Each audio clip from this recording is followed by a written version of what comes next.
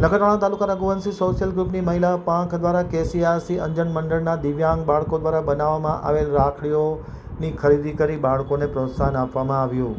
Ajay Nakhatrana આમતક news બ્યુરોનો એક વિસ્તૃત અહેવાલ. નખત્રાણા રોહણા મહાજન સંચાલિત દરિયાસ્થાન જલારામ મંદિર ખાતે કેસીઆરસી અંજન મંડળ ભુજ સંચાલિત day care centre, physiotherapy centre અને દિવ્યાંગ અને માનસિક રીતે વિશેષ જરૂરિયાત ધરાવતા બાળકો માટે કાર્યરત કેન્દ્રના બાળકો દ્વારા રાખડીઓ તૈયાર કરવામાં આવી હતી. આ રાખડીઓ તથા કચ્છી હેન્ડમેડ વસ્તુઓના વેચાણમાં સહભાગી બની રઘુવંશી સોશિયલ ગ્રુપના મહિલા પાંખના બહેનોએ બાળકોના આત્મવિશ્વાસને બળ આપ્યું હતું.